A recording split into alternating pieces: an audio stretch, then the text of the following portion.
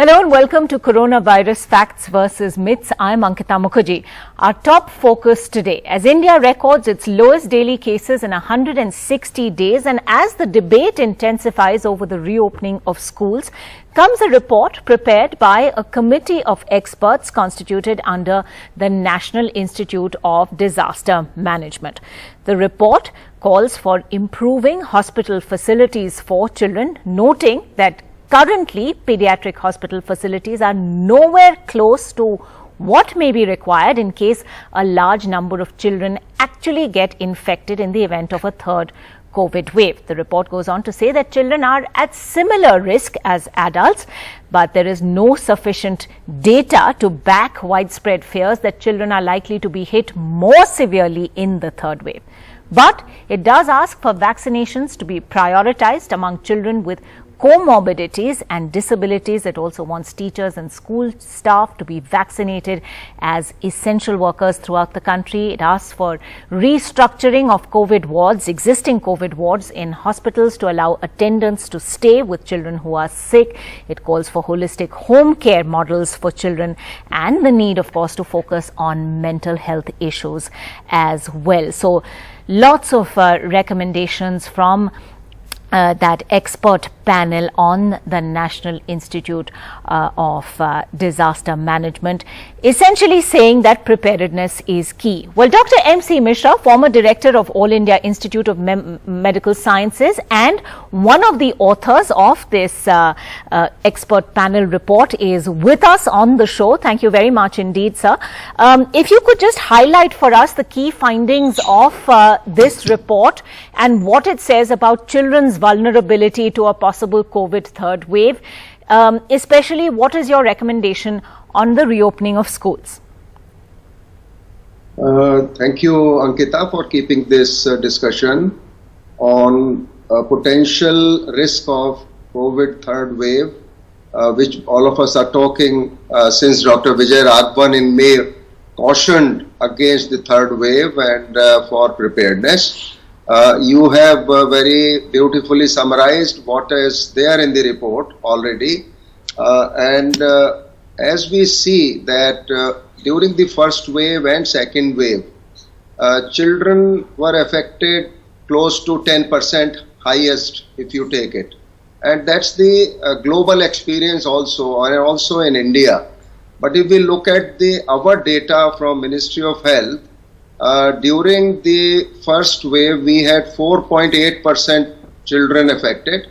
During the second wave, number was marginally higher, that was about 5.6%.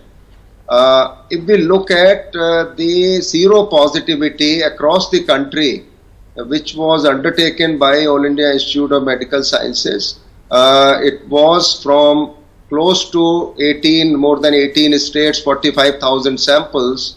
That is where the zero positivity in children was 55%, 62% was in adults. So that is something which children by and large have been spared by the onslaught of this pandemic so far, barring of course a very small number of children who were severely impacted and developed multi-inflammatory response, becomes a serious illness. Many experts and Indian Academy of Pediatrics also do not believe that children would be extraordinarily or they'll be far more impacted by the third wave also. Right. There is no indication that the variants which we have seen will differently impact the children in the event of a third wave impacting the country. So that is something which is there. The only caution is that since there is no vaccine as of today for children below the age of 12 years, there are some vaccines now between 12 and 18. Right. That is the worry, and I think that can be mitigated by taking the adults into the fold, particularly in the event of school reopening. Yes. If all these adult staff of the schools across India have been vaccinated adequately, then I think children would not get adversely impacted by the infection and also carry that infection home, and affect their grandparents and all that. So that is something which has come out in the report also, that we must prepare and keep 20% hospital beds earmarked for children. Yes. And those preparations are on since the month of June. May, June, already preparations were on, training was on, because there are not adequate, if you talk in the sense of allopathic system, the adequate number of pediatricians in the country, and also available across board in the primary healthcare facilities or community healthcare facilities, district level, private sector, public sector put together. So I think the children can be handled by, particularly between 12 and 18, can be handled by the adult caregivers. Yes. And very small children do require specialized pediatric or neonatology, or even younger children, those who are specialists in this area. But largely children were treated in domiciliary setting in the first and second wave also. Yes. Like the adults, majority of them. So I think that policy will remain in place. But there is a I would not say adequate. It can, in pandemic, nothing can be adequate. It can be termed adequate ever. Howsoever you put in your resources, keeping the population in view, any amount of preparation is going to fall short in case the magnitude we see what we saw in second wave. Okay, that's an important caveat. In case it is as serious as it was in the second wave, all of this then sort of follows, and then health infrastructure could fall short. Dr. Mishra, that's very important to remember. But also you're talking about prioritizing vaccination even among children once that rolls out. That's right. That will happen. But so far, younger than 12, it is not going to happen. I don't see it is happening before October or November. But for 12 to 18, it might happen maybe in September. That might happen. But I think more importantly, since children were not adversely impacted during the first and second wave in India, as well as we see global, whether Europe, whether US, whether other Asian countries, less than 10% children have been impacted. So we assume that this third wave will not be any different than that. Only rider is that adults are getting vaccinated, so they might be protected, and in that comparison maybe children might get the disease and they might need more hospitalization. Okay, fair enough, Dr. Mishra. I'm going to throw this open to our other panelists also. Joining us from the United Kingdom is Dr. Veer Pushpak Gupta, a physician with the National Health Service. He's also involved in Research for Recovery trial in the United Kingdom. He's a member of the Royal Society of Medicine as well. Also joining us, Anil Kumar, Principal of DPS Faridabad, because the emphasis really is on how fast and how soon schools can be reopened now, given that the number of cases have reduced significantly across the country. Dr. P.S. Narang, Associate Director of the Pediatrics Care Unit of Max Healthcare, is also with us at this point. But Dr. Veer Pushpak, let me come to you first, because the United Kingdom has actually experienced a third COVID wave already, and the kind of impact it can have on children when schools are completely open. This is, we had school children in UK going back to classrooms as early as March, and then in the middle of July, the United Kingdom saw this sharp rise in COVID cases. So tell us a little about the UK experience with children in the third COVID wave. Yes, thank you for having me on the show, Ankita. I think the UK experience has largely been what Dr. Mishra talked about. I think globally, we've seen an impact that has been less on children with COVID, especially in terms of escalated disease. So I'll give you an example. Out of 6,300 children that got COVID between January of 2021 and now, only 250 have required ICU admission to the pediatric ICU. And the death rate at the moment amongst children in the United Kingdom with COVID is 2 in 1 million. And the death rate obviously goes up with children that have comorbidities such as type 1 diabetes and asthma. But otherwise, generally, children have remained unaffected in terms of escalation of disease and serious disease. And I think that has played a huge impact in the policy making in terms of how we're going to open up schools. So initially, when schools were opened up in March, we were doing daily testing of the senior staff. We were doing lateral flow testing, which is basically a small kit that you can use, do a swab and check whether it is a positive or negative. Now, the sensitivity and specificity of that test is still up for debate, but at least it was giving us some sort of idea of what the infection rate in the schools are. Also, there was a COVID trace app, track and trace app, which was being used to see if any contacts amongst the children are being positive, and if they were, then the children were being told to self-isolate. Now, that was a huge issue because a lot of children were being told to self-isolate, and in return, parents had to self-isolate. So it was a huge issue for the economic setup of the country where parents were self-isolating and hence people could not come to work. So there were changes made to the app recently where people were not being asked to self-isolate as much as they were before. And the final point is that this study that Dr. Mishra is talking about in India is also correlated with the study that was done in the UK just a few weeks ago, where the most important point was taken out that if you vaccinate the adults that are dealing with the children, especially in schools, then you will see the number of infections in children go down as well. And that's a really important point because initially we thought it was the other way around. We thought that if children are not vaccinated, they're going to go to school, they're going to catch the infection, and they're going to give it to the adults, which was happening when a majority of the population was not vaccinated. But as the seropositivity rate in the populations increase and as vaccination numbers in the adult population increases, you will see that the number of infections in the children will also go down. And that's what we're seeing in the UK at the moment. Okay, that's a very important point that you make, Dr. Pushpak, and let me take this across then to our other two panelists. Anil Kumar, Principal of DPS Faridabad, is with us. Anil Kumar, you know, the suggestion that if teachers and support staff in schools are universally vaccinated, then that in itself is going to sort of bring down the possibility of COVID cases happening in children and then the fear of those children then taking the disease home with them. Would you say, given the existing number of cases already being low and schools now perhaps having enough time to ensure COVID protocol is maintained, that it is high time for schools to be reopened entirely? Thank you, Ankita. Let me tell you, after the first wave, we opened up on 21st of December and we worked till about, I'll say, 20th of March. And by the grace of the God, with the protocols in place, there was no such case reported at our school during that time.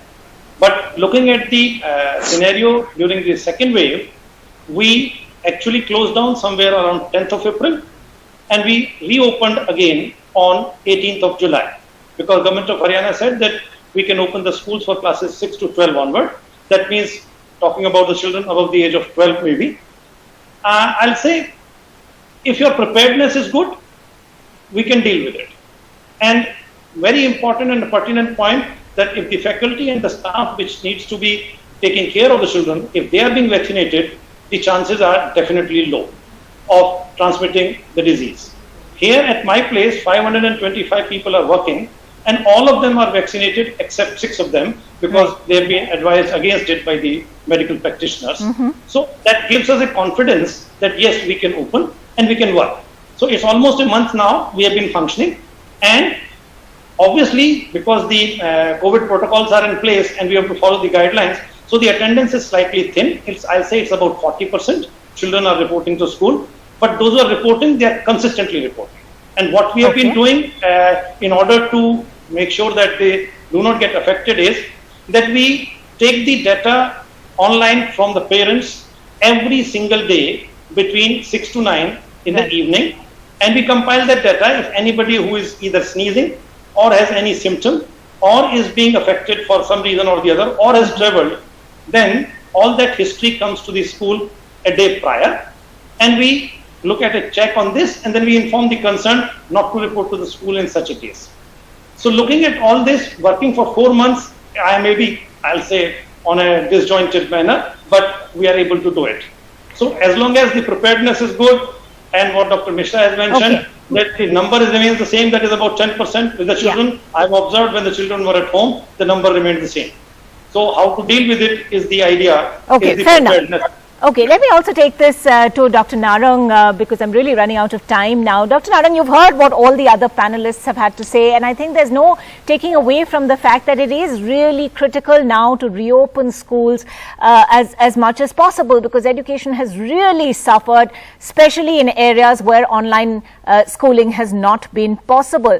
Now, given the findings of this latest report about pediatric facilities and hospitals needing to boost that, do you feel that that can be achieved and yet schools reopened in time and soon?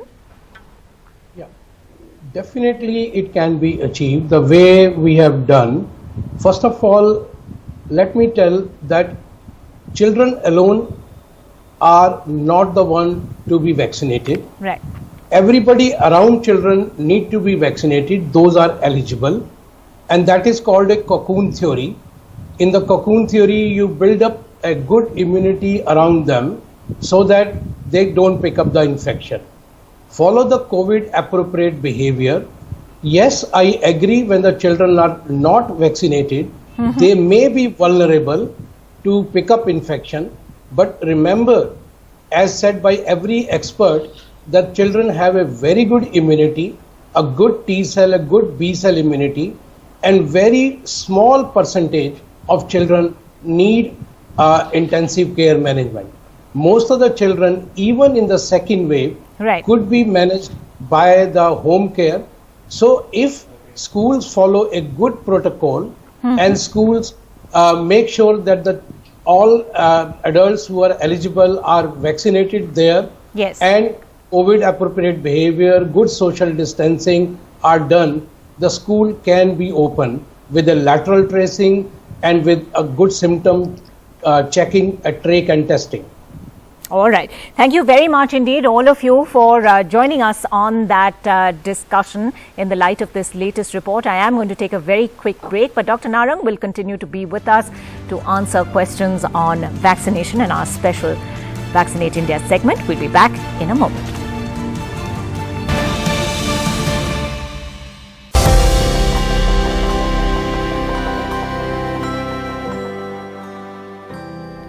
Welcome back to our special campaign, Vaccinate India, in partnership with Google. We're discussing questions that you may have about the vaccines. Well, Dr. P.S. Narang, Associate Director, Pediatrics of Max Healthcare, is with us. Dr. Narang, our first question is, should mothers who have COVID-19 breastfeed?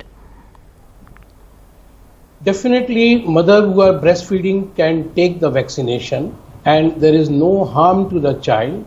These vaccines are not the live vaccine. They build up the immunity in mother's body, and some of this immunity will also go to the baby, will only do good rather than any harm. In fact, mothers who are pregnant also, and mothers who are planning to be pregnant also, should take this vaccination. And there is no, more and more people will get the vaccination, less and less children will suffer. Also, one other question that gets asked repeatedly is how mRNA vaccines actually work. Well, the mRNA vaccine by the Pfizer and the Moderna, first of all, it's a genetic material, which is small genetic material of the virus, and usually it's the spike protein material. It is transferred through the nanoparticle of the lipid into the body.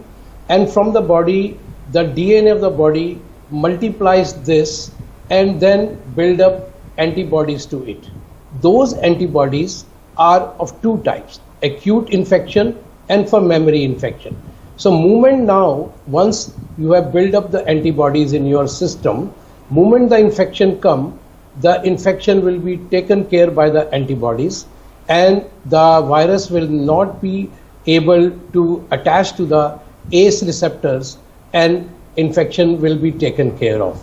So the mRNA antibodies, mRNA are very good vaccines. Similarly, other vector-based vaccines are also good. The only thing they do is give the memories to your DNA to make antibodies which in future infection can be taken care of. All right. Thanks so much for that, Dr. Narang. A quick comment from you also on vaccination for children. Now, we're really hoping to see the rollout of vaccines for children very soon now. There's been talk that it could be as early as sometime next month in the 12 to 18-year-old age group. Now, your thoughts on just how critical it is for children to get vaccinated. Now, given that a large percentage of India's adult population is still not fully vaccinated. Well, true. In fact, children will get vaccine, will get additional benefit. But if every adult around the children also take the vaccine, then we will build up a good kind of a cover for them for the vaccination. When the vaccination comes for children, usually why it comes late is because of further testing and good safety protocols are followed.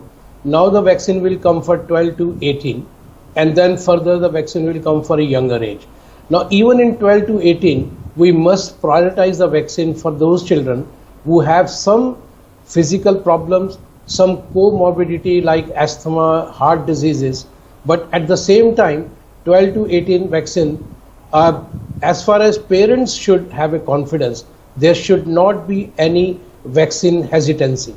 Even with quite a few states, there is still some vaccine hesitancy, and your program Vaccinate India is helping to reduce the vaccine hesitancy. And this report of the preparedness for this is actually taking a lot of care on this, and all this care will remove any fear from the vaccine. And vaccine are giving such a good immunity that at least you can say the children or whosoever take the vaccine will not need a special care or a ICU care. Right. All right, Dr. Narang, thanks very much indeed for being a part of this special segment, Vaccinate India, in partnership with Google, and answering all the questions from our viewers. Thank you.